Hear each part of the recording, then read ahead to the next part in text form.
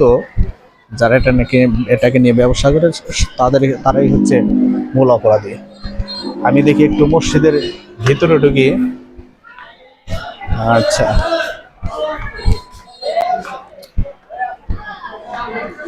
আসসালামু আলাইকুম। যাওয়া যাবে? এটা এগুলো কি?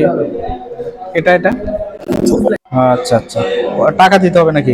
সরকার হিসেবে ছাড়ে। বুঝতে পারছি, তার ঢোকা যাবে? হ্যাঁ, এই সেই মসজিদ, যে মসজিদটি 1000 বছর পূর্বে তৈরি করা হয়, নির্মাণ করা হয়। যিনি নির্মাণ করেন তিনি হচ্ছেন সুলতান গাজী রহমতুল্লাহ আলাই। তিনি আজ মারা গেছেন। ইসলাম প্রচার করতে এসে তিনি এই মসজিদটি নির্মাণ করেন,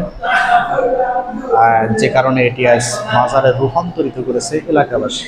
যিনি মারা গেছেন তার কোনো অপরাধ দোষ সেটি আমি দিব না, কারণ তিনি মসজিদ নির্মাণ করেছেন, এটি ভালো।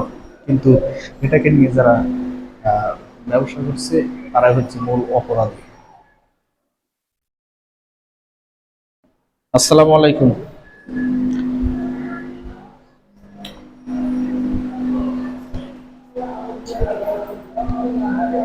এই তো ইতিহাস আপনাদের সামনে তুলে ধরা হলো।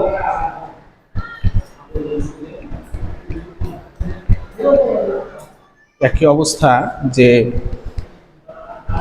এটার নাম কি দিছেন ভাই?